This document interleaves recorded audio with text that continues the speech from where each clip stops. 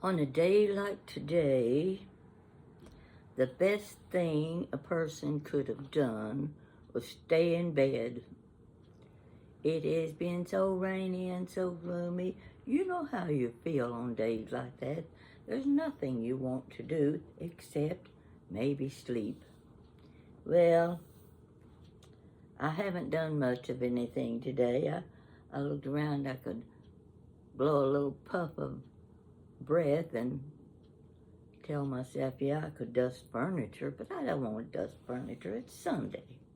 You don't do dusting on Sunday. You know that. So I picked up a book. This is my book. I've shown it to you before.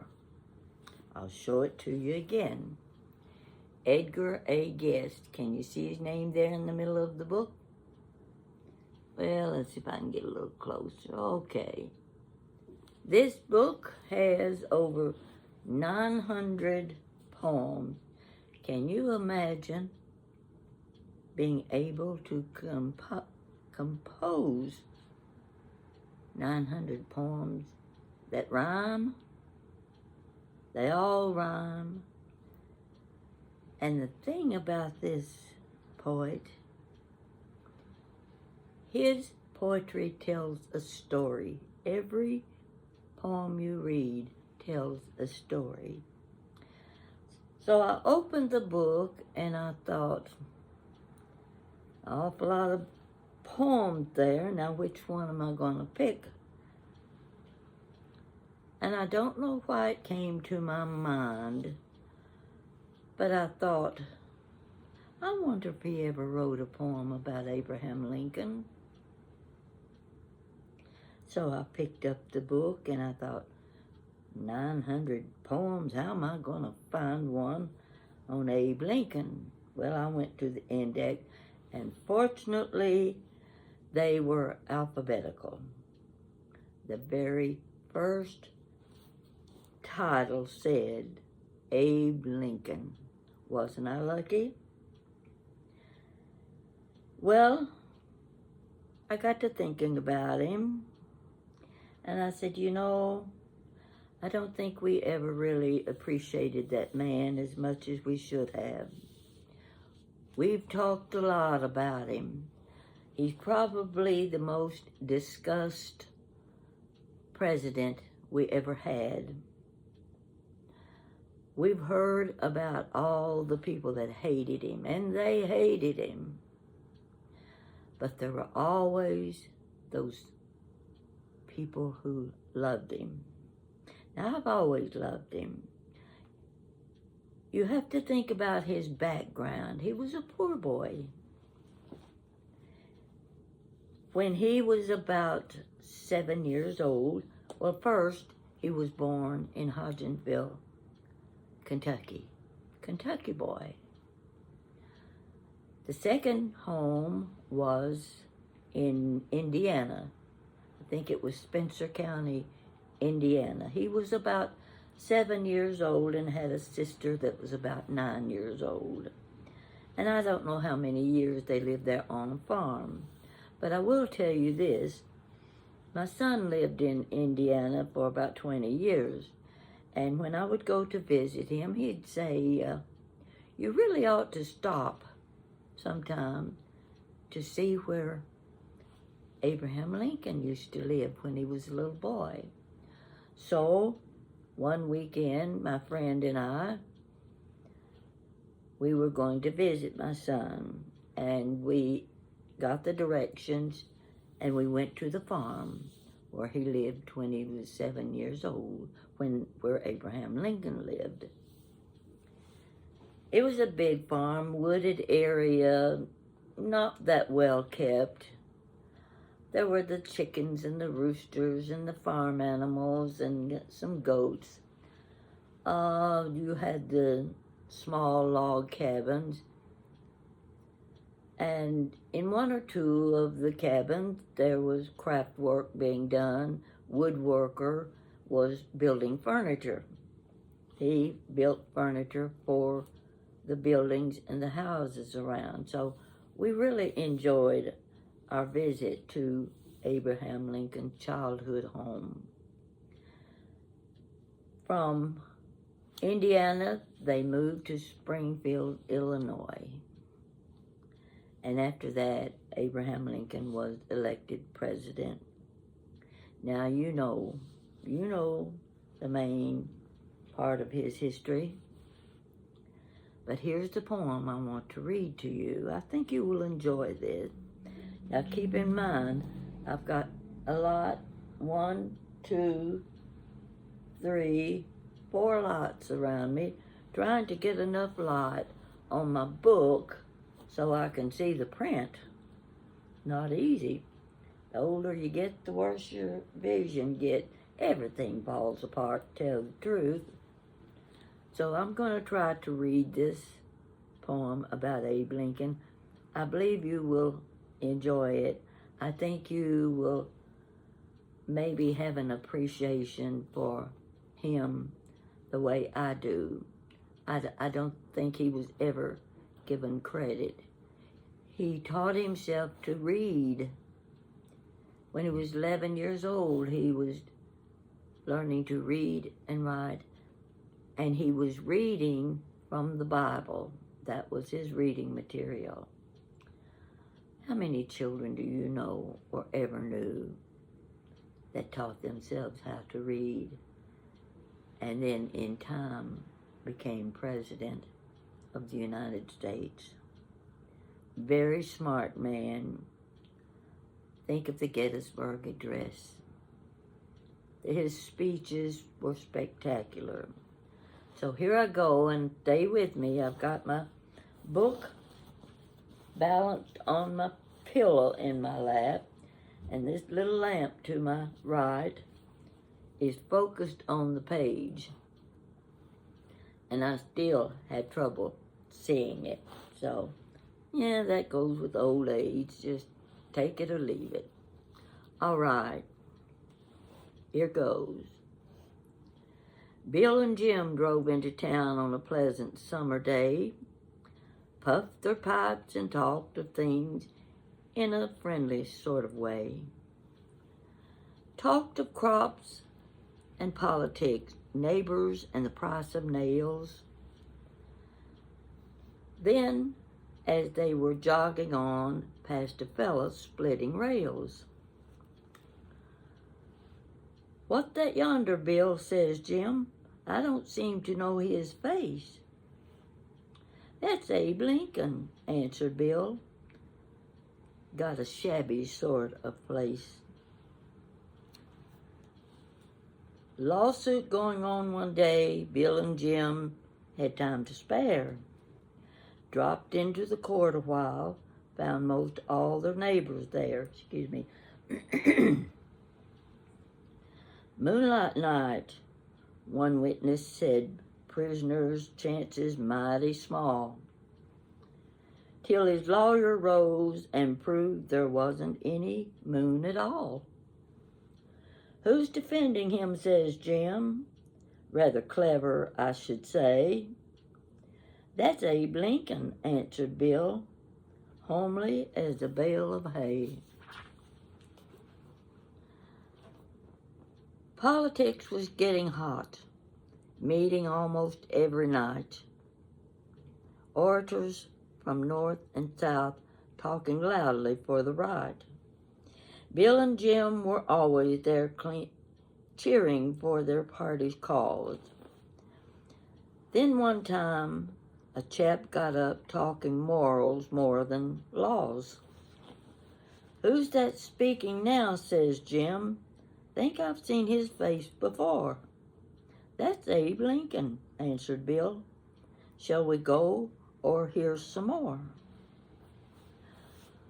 Moral of it isn't much.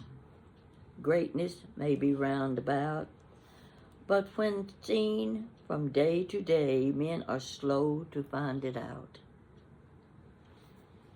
Those who saw him splitting rails, those who heard him plead a case, passed him by with little thought, laughing at his homely face. Those who neighbored with the boy, those who saw his summer tan, those who lived in Lincoln's time, never really knew the man. That's my Abe Lincoln poetry for today. And off and on, I'm going to read poems from this book. It's my favorite book. So I thought you might appreciate that little story. And I've got another one it's kind of funny. I called my friend, no, she called me. She called me Thanksgiving night, and she said she had all of her children, about 7 kids and in-laws and whatever, at her house Thanksgiving Day. And she said, we have had more fun today. All of her children had their iPhones, Well, of course, you expect that. They don't go anywhere without an iPhone anymore. They turned their iPhones on, and we had already done our Thanksgiving video at my great niece's house. And they watched that video, and she said, and they sat there that afternoon after having Thanksgiving dinner, and they went one video after another watching me tell my stories. Now, I thought that was very sweet of them, especially teenagers, and they don't get too excited of old folks' stories. But she said that was one of the best Thanksgiving days she has ever had. Now, that's a compliment, a real compliment. So, I reheated my Thanksgiving leftovers. I still got them, still eating them, but that's the kind of leftovers you really don't get too tired of, because you only fix those things once a year. You don't make sweet potato casserole but once or twice a year. You don't make dressing but once or twice a year. Your dumplings, well, I took the shortcut, I'll have to admit. I had the broth and the chicken, and I said, oh, I've got some biscuits in the refrigerator. I'll cut them up and drop them into that broth, and sure enough, they're as good as if I'd spent an hour preparing dumplings from scratch. Good enough for me, anyway. So, but I want to tell you one thing I picked. I thought, I don't have any bread. I like bread with every meal. I looked in the refrigerator, and I had 3 containers of crescent dinner rolls. My goodness, what was I doing with 3 of them? I needed to use them. So I got one of them out, and I rolled it out, and it's the one with the sheet. It's not the one that's been separated. I always buy the ones that are a sheet. So I spread that crescent dinner roll sheet out on my long pan, and I had a package of shredded cheese. Now this shredded cheese was real big shred, fat, kind of fat-like, and there were about 4 different kinds of cheese, Gouda and sharp cheddar. I don't remember what the others were. But 4 different kinds of cheese, and they were shredded almost as big as the end of my little finger right there, So I spread that sheet out, and on half of it, I put the cheese, just spread it out nice and thick, and folded the other end over it, pinched it a little bit around the edges, and I baked it. Guess what? That was good. Cheese in your crescent dinner rolls. Try it sometime. When you got the kids around and they're watching the ball games or just having lunch, no matter what,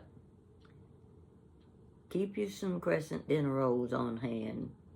And think of the different things that you can spread on that. fold it over. You can make probably little apple pies or anything with them.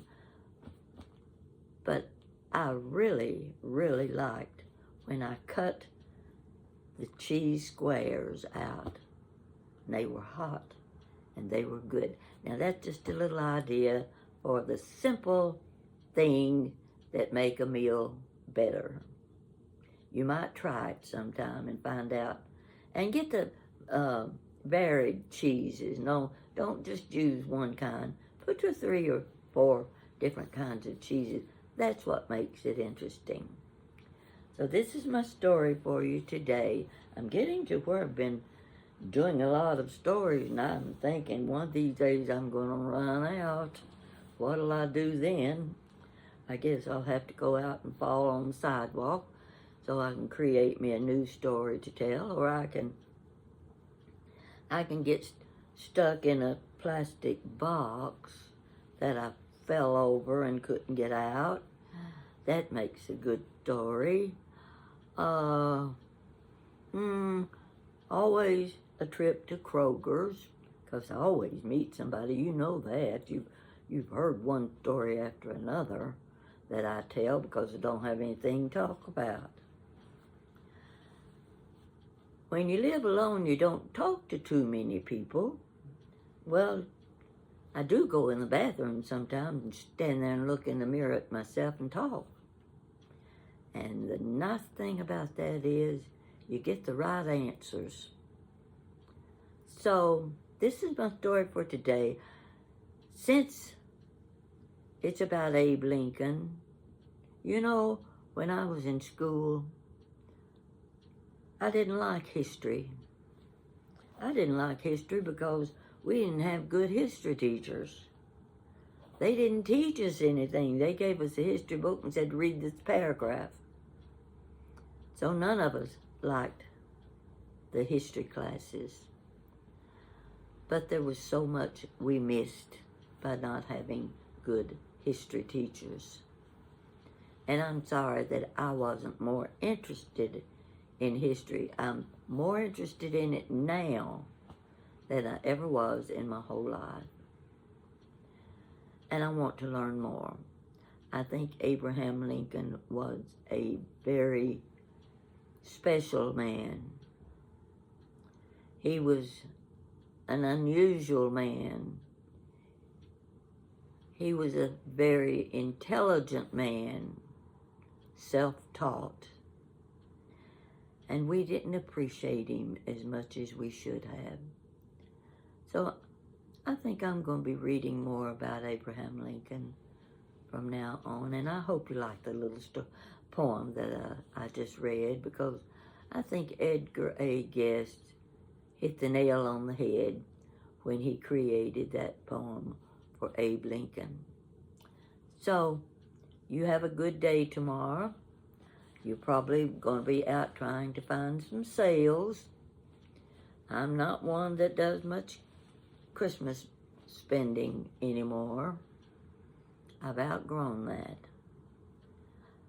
So I'll be staying home. And I've got another story coming up for you that it's one you're going to like, because my friend who called me the other day, she said, you've got to tell that story. It's a story about my Dodge Matador. Look forward to it. And if I forget about it, remind me to tell you that story. It's one you're going to like. You have a good night, and let's hope for sunshine tomorrow. Thank you.